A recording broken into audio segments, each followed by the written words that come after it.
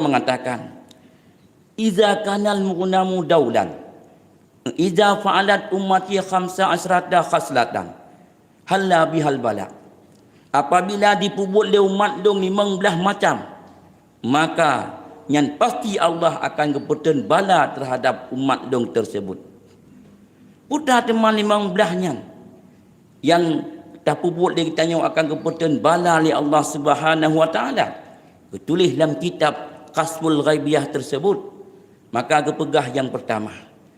Wahai Nabi, gekun di hadapan para sahabat, wahai sahabatku, iza fa'ala ummati khamsa asrata khaslatan halla bihal bala. Apabila dipubut le umat long 15 buah perkaranya, nyo Allah pasti keputusan bala terhadap umat lunya.